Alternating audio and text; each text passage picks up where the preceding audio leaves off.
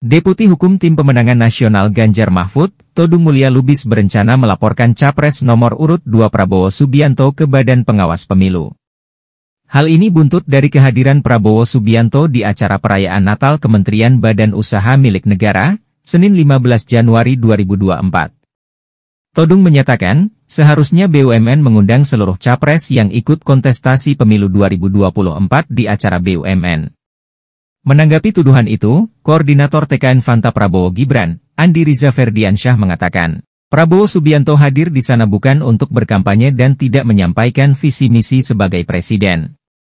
Prabowo hadir di sana hanya memenuhi undangan karena ia cucu dari Margono Joyo Hadikusumo, pendiri salah satu bank BUMN yakni Bank Negara Indonesia. Dan langkah kedepannya seperti apa sih? Betul, yang pertama poinnya adalah kami membantah tuduhan dari Bapak Todung Mulya Lubis, karena selain bahwa itu adalah hal yang sangat merugikan Bapak Prabowo Subianto dalam posisinya sebagai pribadi. Yang kedua, tuduhan itu tuduhan yang kemudian tidak berdasarkan pada ketentuan hukum.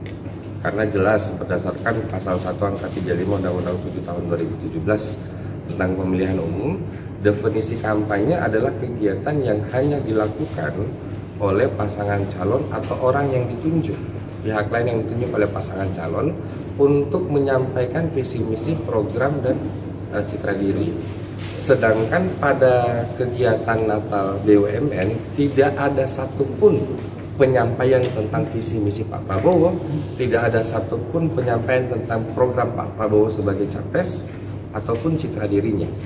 Seperti itu. Bahkan Pak Prabowo itu tidak mendapatkan kesempatan untuk berbicara dalam hal itu. Jadi betul-betul diundang karena memang Pak Prabowo punya histori yang sangat panjang dengan BUMN seperti itu. Seandainya BUMN kemudian ingin mengundang pasangan calon, tentu tidak dalam acara Natal. Kan seperti itu.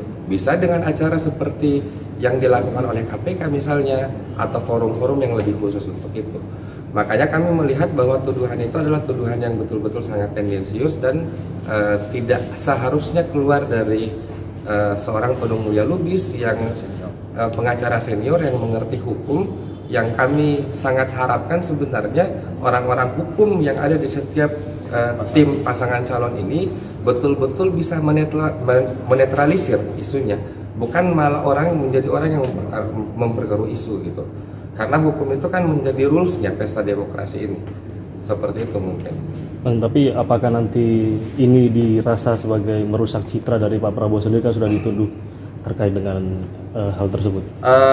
Untuk langkah hukum yang akan kami lakukan, mungkin kami akan menanggapinya bahwa kami cukup melakukan klarifikasi saja.